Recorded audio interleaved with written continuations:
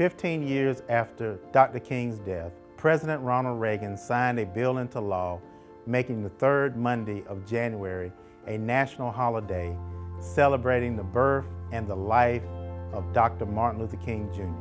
But it was a tough time getting the bill passed.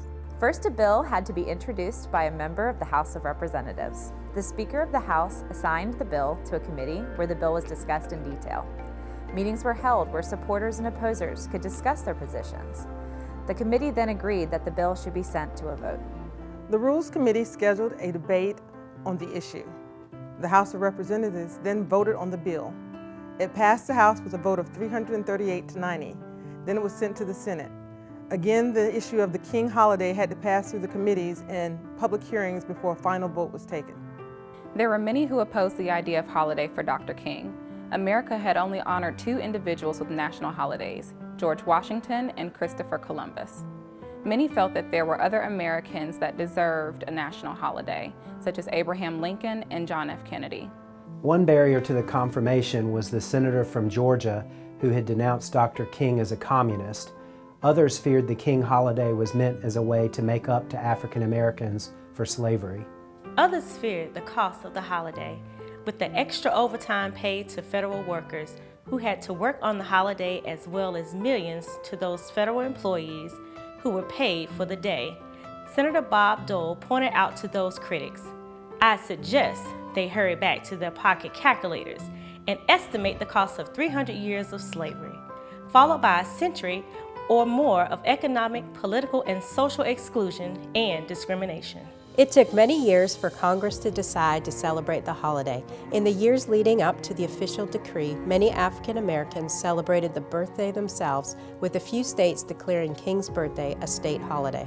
The bill was finally passed by both the House of Representatives and the Senate and was signed into law on November 2, 1983. The first national celebration of the Dr. Martin Luther King Jr. holiday took place January 20, 1986. Local history was made on December 12, 1983, when the late Chapel Hill Town Council member Bill Thorpe moved the council to adopt Ordinance 83076, establishing a town holiday on the third Monday in January in honor of Dr. King. He asked the council to act quickly, establishing the holiday for the following month to make a statement stronger than the federal government, which would wait until 1986 before observing the holiday. Chapel Hill's ordinance was hotly discussed. Some council members were concerned that with a turnaround time of 1 month, the town would not be able to adequately prepare and would be hurt financially. A motion was entertained to postpone making a decision until the following year, but that motion failed. The council would vote that day, December 12, 1983. The vote was called. The Chapel Hill Town Council enacted the ordinance in an 8-to-1 vote to establish the town holiday in honor of Dr. King, initially on January 16, 1984, and subsequently on each third Monday in January. At that time, Chapel Hill was the first or among the very first communities in North Carolina to declare Martin Luther King Day a municipal holiday, giving municipal employees a paid day off. This local holiday was observed 2 years before it became a national holiday. The town of Chapel Hill employees have held a special observance of Dr. King's legacy for more than 2 decades, usually held the Friday before the Monday holiday. The celebration was nurtured for many years by a dedicated group of public works employees led by Maggie Burnett and Fred Battle.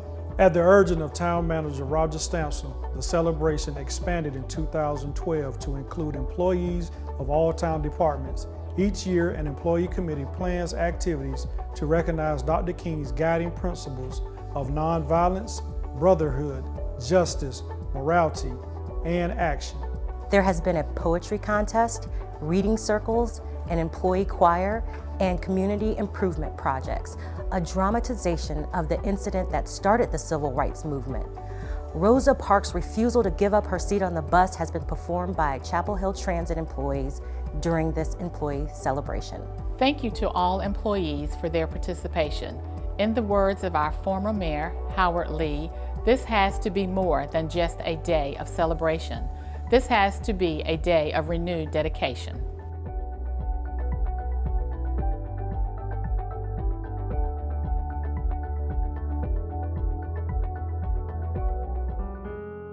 The following is an excerpt from Dr. King's Drum Major, Instinct, a sermon given on February 4th, 1968. Dr. King encouraged his congregation to seek greatness, but to do so through service and love. If you want to be important, wonderful. If you want to be recognized, wonderful. If you want to be great, wonderful.